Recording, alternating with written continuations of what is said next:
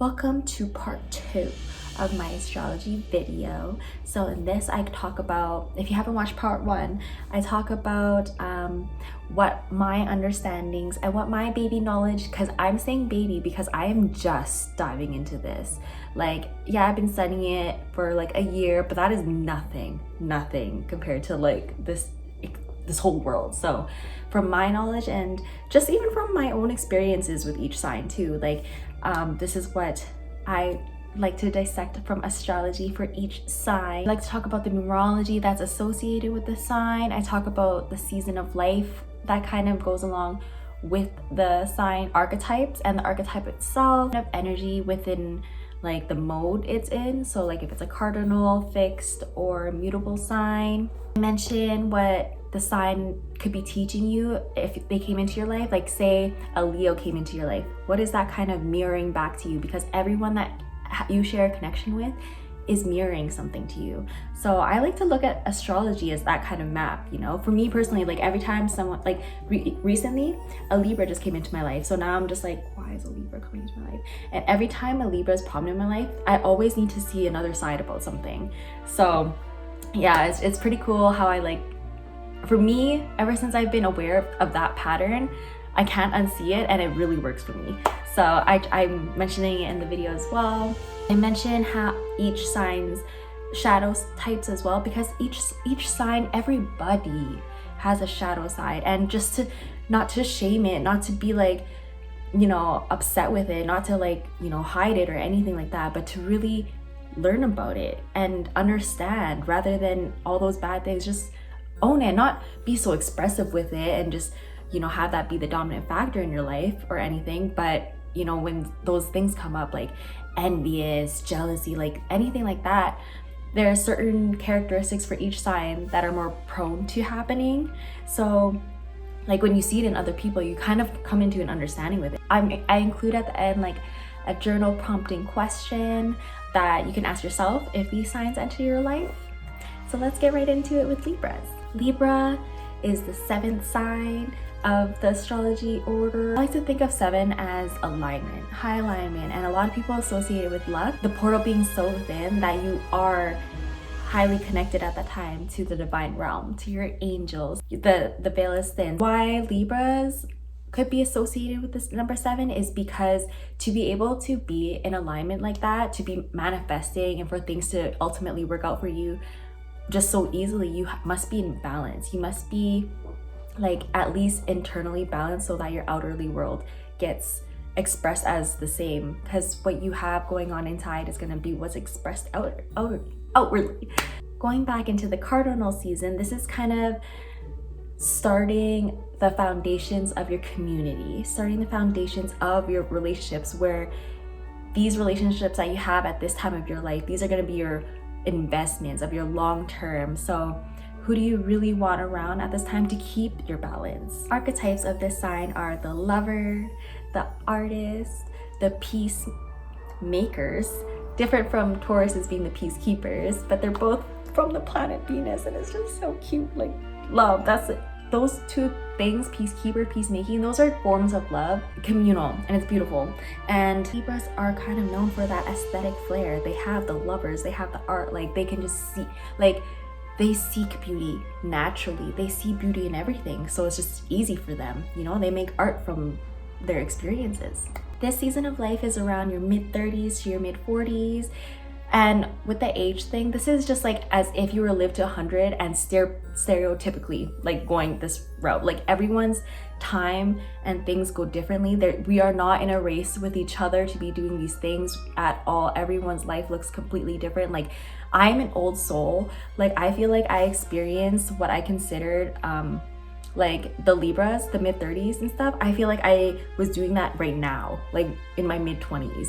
So I feel like my life personally has been accelerated a lot. Everyone's timeline is completely different, but this is just to have painting a picture.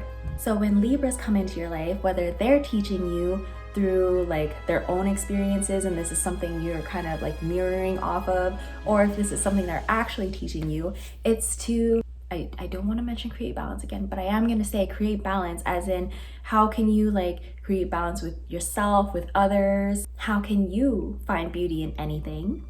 And how can one like tolerate a paradox? Like, because Libras are really good for being like, if you come at with them with a perspective of something you're saying and you kind of feel stuck, they can easily be the ones to be like, well, have you thought about it this way? And sometimes that could be a little bit off-putting if you're not ready to receive it, because you could be like, oh, why are they already thinking that? But it's just so natural for them, because that's how they solve problems. That's how they are the peacemaker, because they can come up with like the other side just for everyone to come to a balance. The shadow side is emotional imbalance, because you want your outer world. This is like an intellectual sign, right? Like an air sign. So you, it's more of an intellectual point than an emotional point. So it's more outward. So what can you focus on in the outwardly? That's going to create the balance. So you don't prioritize the internal balance. So that's where the emotional balance gets off track, because of everything that you've been committing yourself to rather than your own needs. Where Leos would be like craving the validation type of energy, Libras crave the acceptance type of energy. That's why both signs are very like, they have people-pleasing tendencies because of those two things.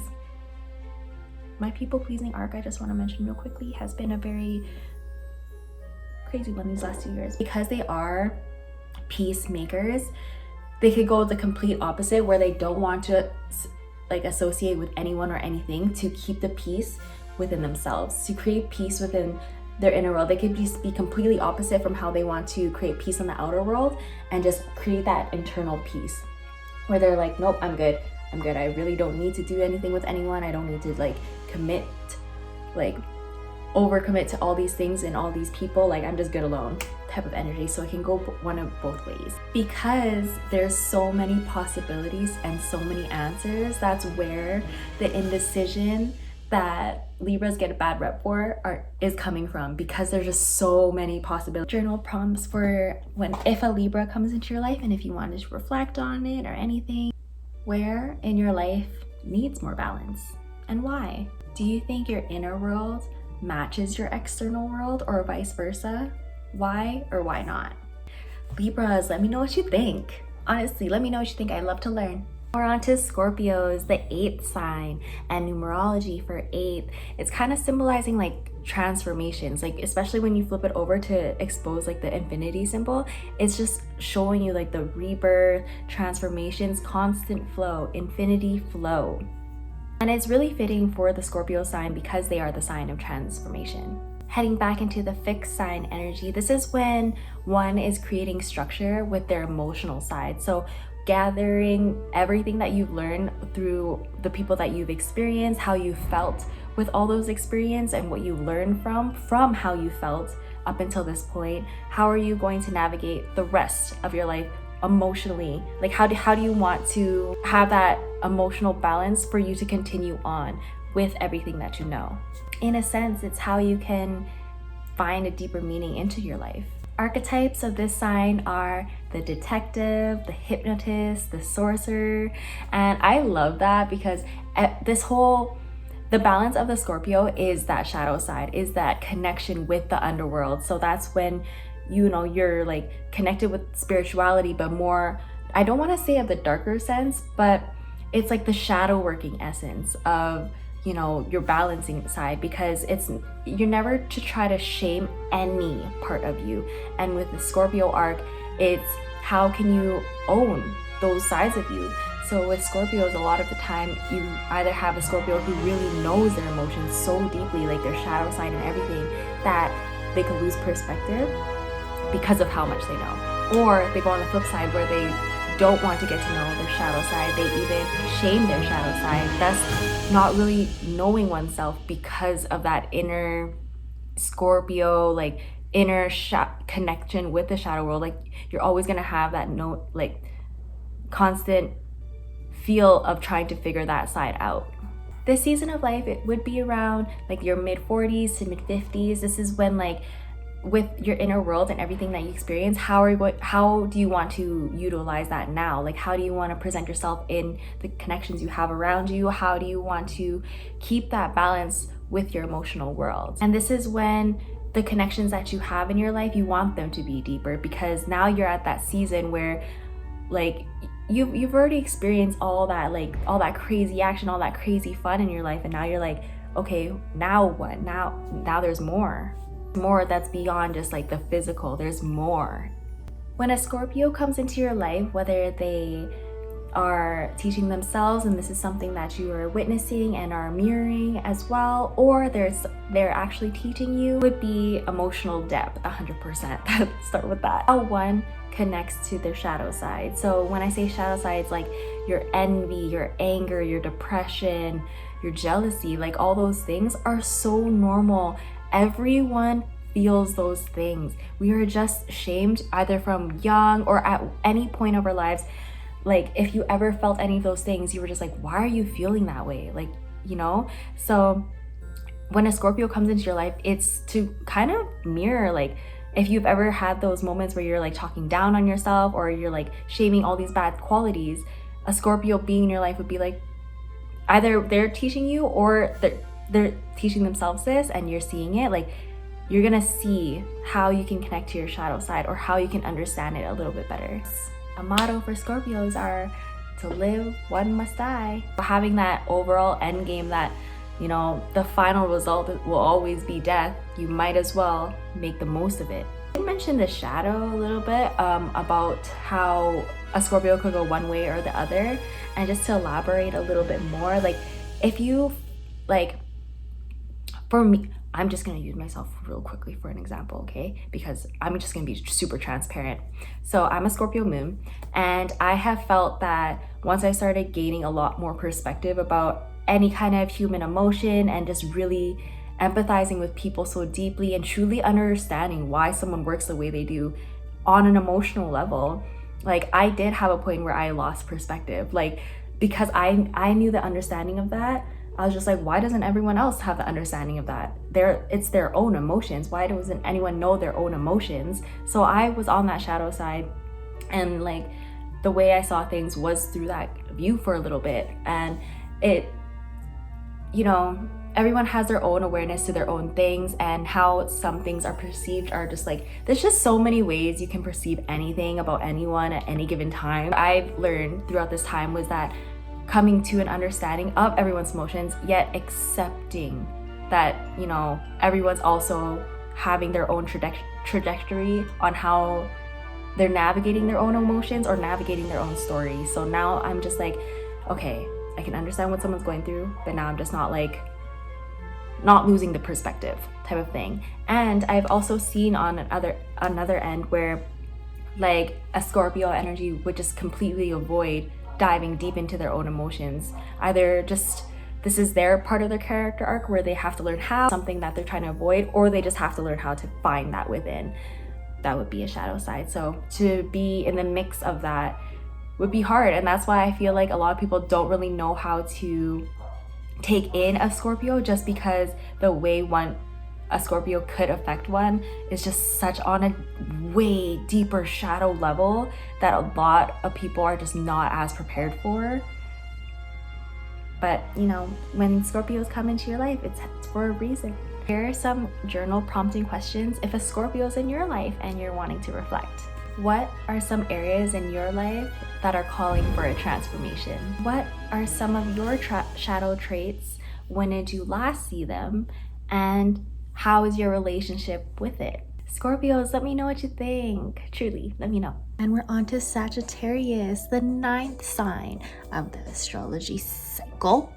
Number 9 is like numerology, the closing of cycles, the balance of mind, body, and soul. I like to think of Sagittarius as being super perfect for that finale energy, because I consider, and I've said this so many times in a lot of astrology videos that I reference Sagittarius, but they're like the burnout of the signs, because the way they are, and this follows along with their archetypes too, like their archetypes be the gypsy, the student, the philosopher, everything that you've learned, everything that you've experienced, now you're heading into like, okay, where can I take all of this and put it into action from everything that I've experienced in life so far? We're back into the mutable signs, and this is perfect for Sagittarius energy too, because the go with the flow energy is based off everything that they've experienced and everything that you want to experience, like everything that you've been curious about and waiting to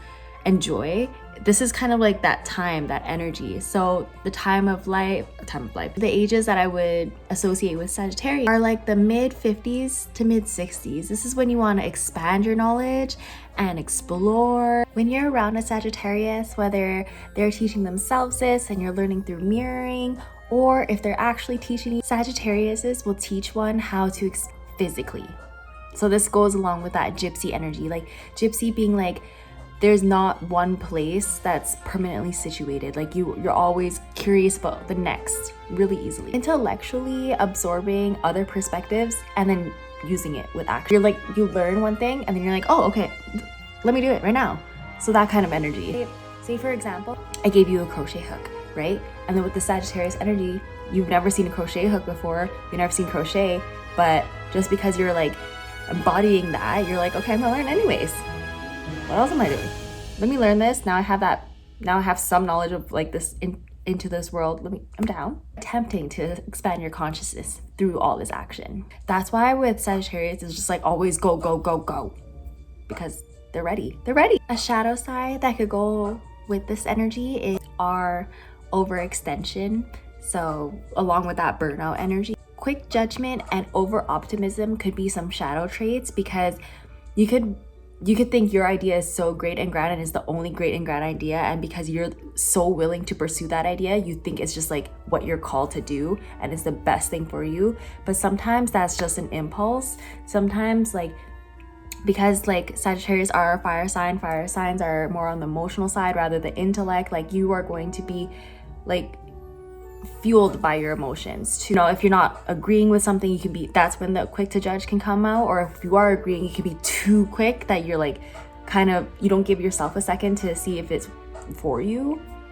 Those are some shadow traits that could be associated with the Sagittarius sign. Questions to ask yourself if you are around your Sagittarius or you're embodying some kind of Sagittarius energy, any kind of journal prompts around that. Rate these 3 things according from 1 being the lowest and 10 being the highest, 1 out of 10.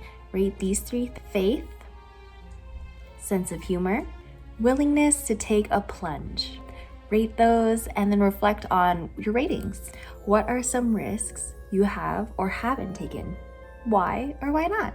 Sagittarius, let me know what you think, Julie. Sagittarius has been a sign that I've been curious on studying and learning, because like I love my fire signs. Let me just get this straight. As a Leo, I love my fire signs. I feel like as a Leo, I've learned a lot about Leo. So, and then with a lot of experiences with an Aries in general, Aries energy, I'm slowly learning a lot about them too. But Sagittarius is the fire sign that I don't know much about. But now I'm like gaining the knowledge that like of how the differences in the fire are. This is gonna be another video, by the way, when I talk more about the elements and like how to utilize elements as a team and individually. So that's an upcoming video. But yes, let me know what you think, Sagittarius. Now we're on to Capricorns. So this setting, I'm in a library right now in the quiet room. Very uneventful, but it's gonna work out for the little colorings we're gonna get going. The colorings, the wordings. Anyways, Capricorn, the numerology of 10. 10 being the sign of like completion, you know, finishing off with that cycle. And I feel like that aligns with the Capricorn energy very well, because I think of like the Capricorn sign is like mastery and solitude, you know? So you don't really know what a Capricorn has got going on until their finished product. Like I find them to be really great big picture thinkers, to the point where like they'll continuously do that work till they're at their end goal, and then they'll be like, oh yeah, this is what I worked on, type of energy. And I feel like that's kind of like, it coincides with the number 10. So with the finale, with the endings, like that big just I feel like that's the Capricorn's like final goal too. So it works out. Into the last cardinal season, or going into the last season, so the final cardinal of the year is when it's the beginning of, I don't want to say the beginning of the end, that sounds a little bit morbid, but it's the beginning of the final season. This is what you want to bring that new energy into a disciplinary thing. So what do you want to have long term that you want to start on now?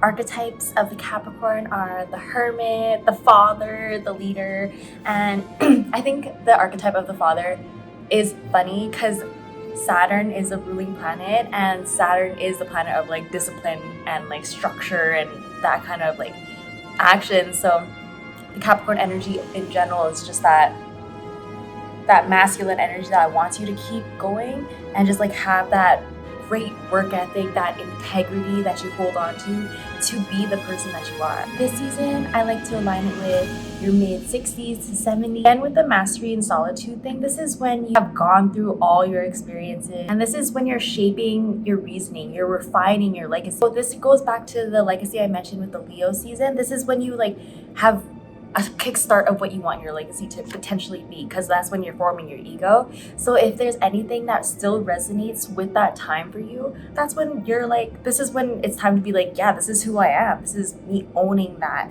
ego version of me now. A Capricorn can teach you through either them teaching themselves and it's something to mirror, or something they're actually teaching you. It's discipline, it's integrity, it's accountability, self-refinement, skill refinement. I meant to say skill refinement, but self-refinement came out first. So I guess that's just a combination of a shadow side for a Capricorn though. Too much solitude. They could be too isolated. A lot of internalization. Just being too critical. Because anything that you project outwards is a lot of internal stuff. So if like there's a Capricorn that may seem too critical of your choices and actions, it could be a huge reflection of themselves as well. So take like where their criticism could be coming from. Also, there is always a good balance to have that archetype as part of our like for an overall community to work, because it adds structure. It adds that kind of like, come on guys, we got this. Questions to ask yourself if you want any journal prompts, if you're around a Capricorn, or if you're just like reflecting on why a Capricorn was in your life. Where in your life needs more discipline? List your practical and impractical routines and habits.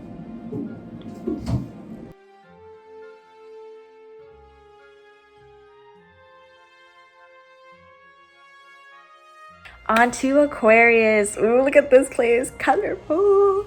But onto Aquarius, the 11th sign. We're gonna go on to number 11 instead of going back to number 1, because 11 in itself is a very divine, angelic number that goes along with numerology too in its own essence. And how I like to interpret 11 is divine alignment, openness within the veils, openness with higher connection. We are onto another fixed sign, and this time this is like adding that fixed energy to the intellect. So this is coming to a point where you have developed and learned throughout all the experiences and the knowledge that you've gained within your lifetime, and how can you now use what you know, and how can it help humanity?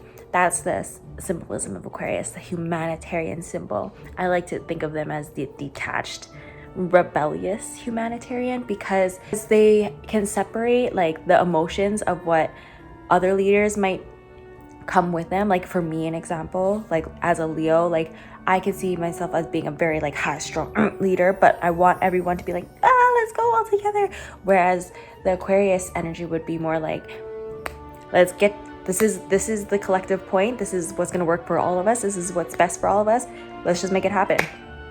With that fixed sign energy, it's that determination to share your ideas with everyone around you. Archetypes for Aquarius are the genius, revolutionary, the truth sayer, scientist, the exile. This season of life would be between 75 to 85. This is when you're kind of leading your group into what you want the world to look like.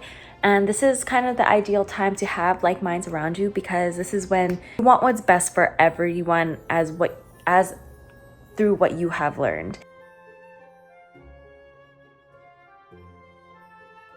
When Aquarius comes into your life, whether they're teaching themselves this and you're getting to experience it and see it through mirroring, or if this is something they're actually teaching you, it would be individualism, how to go against conformity, finding and unlocking ideas to help you towards your next step, and how you can help others around you with the tools and skills that you know.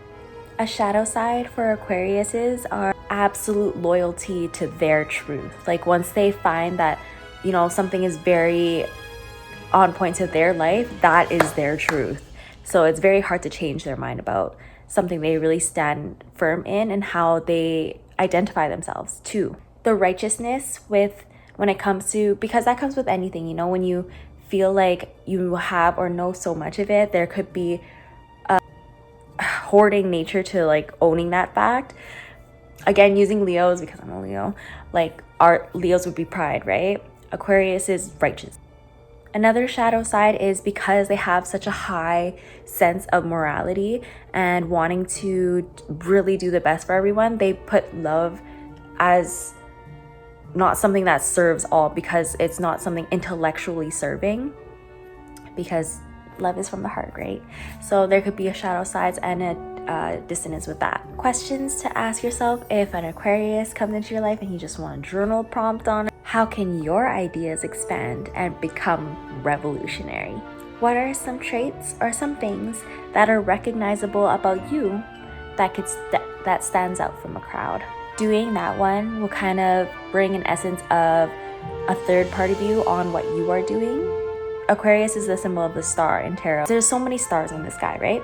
So many stars in the sky, but each one has its own name. Each one has its own story, its own thing. And because of that, you know how to identify it if you're trying to look for it type of situation. So what is that for you? And if you don't know about that for yourself yet, does not mean you don't have any. I just want to add that real quickly. It does not mean you don't have any, okay? It just means you need to explore about it. Aquariuses, let me know what you think. This one, I want to learn more myself because honestly, my grandpa was an Aquarius and I didn't know that about him because I wasn't into astrology like that, but I didn't know that about him till after he passed. And just seeing how he was, I was like, I just really feel like he really embodied a lot of Aquarius energy. So, and he's the only Aquarius that has been around me growing up and just in general. So I like to kind of see it within other people. So let me know what you think, truly. We are on to Pisces, the last and final sign of the zodiac, but never to be missed. The sign of number 12. 12 in numerology for me, wisdom, surrender, trusting that everything's falling into place because of the work that you have done since number 1, and just following your guide since number 2. So adding that together is just the ultimate trust and surrender moment. We are on to a mutable sign. This easy ebb and flow, the exploration and like digestion and understanding of self and others around you and how you can emotionally kind of be and work with those around you. Archetypes of Pisces are the mystic, the dreamer, poet, creative, because try to think of Pisces being, since they're the last final zodiac, and also with the season of life when it comes to like 85-ish and onwards, this is when you've really reached all to experience in the earthly realm. Now you're just naturally more tapped into with your spirituality, focusing much on the inner world, very much in community with those with like minds. That's why a lot of Pisces, if they don't really feel like they fit in with their surroundings on an emotional level at all, they'll feel completely out of place, because to really understand a Pisces is to really empathize the way they can. They, not to say they hold the most empathy, but because, you know, just seeing where they land, like just as an astrology standpoint, like they would kind of carry the most empathy, and that's why they would have the most deep understanding with others. But if they kind of don't get that back, they're just like, they would find a hard time to fit into like here, like the early realm. I feel like Pisces would have the hardest time here. When a Pisces comes into your life, whether they're teaching themselves this and you get to experience it with them, or they're teaching you themselves, they would teach how to really go with the flow, like allow your intuition to guide and just let things be. How to experience awareness in the world, like how to really not just see the beauty in everything, but experience the beauty in everything. I saw on TikTok real briefly about a funny toxic trait about a Pisces is that they just think everything's perfect, and that's kind of beautiful to you can see where that could land some trouble, you know. But if that's just an ideal way to really see things, like, oh, why change anything, it's perfect, it's perfect like that. It's perfect like this. Like that could also be such a positive like energy to have around you, especially when you are having really hard time trying to see those things. If you have that person that's like, okay, so if you are sitting on a couch, the couch is comfy, right? Like something like that. Or it's just, you know, they really can turn it around. Leading into the shadow side, illusions, whether they would feed themselves a lot of illusions or kind of cast that upon other people, escapism, diving into drugs or drinking. Like it's really easy for Pisces to go down that route, because when you go into states of being high or being drunk, you're in an alternate sense of mind, you know, and that could be where, you know, Pisces might feel at home sometimes, because it's just natural for them to really be tapped into their subconscious. And when you're taking these things, you really rip away your ego. Depends on the liquor amount, but usually when you're high, you take away the ego, and it's just like you're experiencing all these things. So escapism could be a hard trait to come out of, but also be a trait to also get the everything's perfect, to the point where you're stuck in your imagination, you're stuck in your daydream, and you're refusing to see red flags, refusing to see, you know, the hard truth of something, the ugly, dark truth of something, because you want it to be lighter, happier than it is. Strict routines are like the worst enemies for Pisces, really. When you allow them to lead with their intuition and lead with their own guide, watch what truly happens.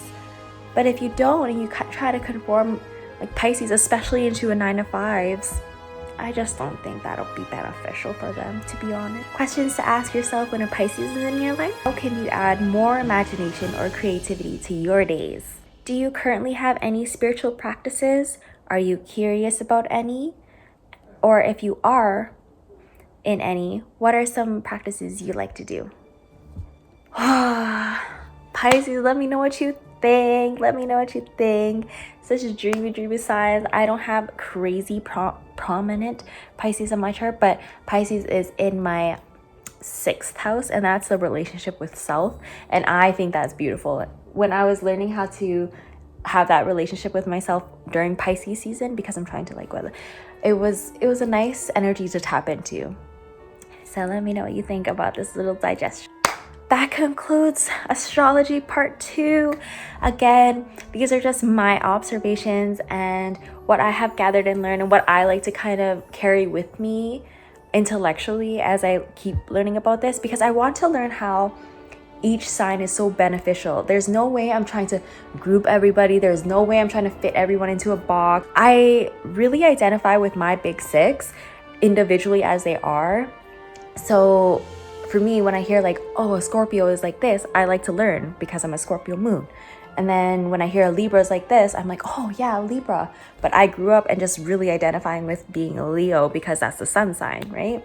But knowing that there's different aspects like this has really helped me not feel so alone, but I also don't limit myself to what I just hear at that time. If later something doesn't identify with me, I just release it. It's okay. But if there's something else that kind of adds to something that I have already felt within, I would feel extra great about it. Like there's something about hearing confirmations that does something for me personally. I like to study myself a lot, like hard. So when I just feel like, oh, what does this even mean? And then I'm studying something and I was like, that clicks. I'm like, oh, I feel so much better. I don't feel like, you know, I'm just acting crazy. I'm just acting all like this for no reason. Yeah, it's really nice to have astrology as a guide. It's all around. It's basically another language. You don't have to use it at all to be fulfilled or happy in life, but it is a tool and a really good one if you are lost. Personally, it helped me so much, especially when I was living in my car. I am like an embodiment of using it and trusting it to come to where I'm at right now. And also just a part, I'm learning about detachment too. So I'm not attached to the things I see and read and just feel like I only identify with that, you know? It's always good to just hear things and feel if it's right for you. Truly, if it's right for you. If it doesn't feel like it fits you at all, it doesn't fit you. It's okay. But if you feel like something does, hold on to that a little bit, just so you can just feel like little parts of yourself are whole. And then when you just outgrow it, or if it just doesn't serve you anymore, you just release it. Like, it's just constant ebb and flow. Constant ebb and flow. I appreciate you so much for watching this. These kind of videos actually mean a lot to me. Because my number one job I've ever wanted to do, it was be a teacher. So if I could like learn something myself and then teach, it really brings me joy. But this is ever, but in no way in anything I teach do I ever say or ever want to embody that that's all I know, or that's like I just know more than you. Like, there's no way. I just want to be like, this is what I learned so far. You want to learn what I learned so far with me? And then it's just that, this and that. I'm never like too shy to say if I'm wrong about something too. That's why after every sign I say, tell me your thoughts, because, you know, just want to know. This feels so good to finally finish this video. I've been thinking of finishing this for weeks and weeks, and now I can do it. Hopefully this helps me get back on track to like posting weekly, because I really like that, but I also appreciated my break as well. I've taken a break on a lot of things in different avenues, and it only makes me feel more refreshed on ideas to come back. So this is a reminder to take breaks in between your projects to make them long lasting, especially if it feels like it means a lot to you. Take a break. Truly, you will run out of ideas. You will be physically tired, mentally tired, emotional, like always tired if you don't give yourself a day or two in between your constant work. Days or two when you allow your body to just do nothing, when you allow your brain to just do nothing, that's when the creativity comes back. No, it's only when you're in overdrive where you just start losing that happy will to do it. It just feels like work at the end, and you don't want your projects to feel like work, or else you just lost the full like magic of it, you know. I encourage all good things for you, all good projects to go well, and if not fruitful, at least they'll come with lessons, and you will always gain more knowledge in lessons. Not to say what you don't like achieve is not fruitful. You know what I mean, okay? You know what I mean? You can't lose is what I'm trying to say. You can't lose in any situation. You can't. Thank you. If you watched this far, please let me know if you watched till this end, till this part, especially this part, because now I'm just rambling. But I just want to know who sees till the end. It would really mean a lot if you told me. Bye.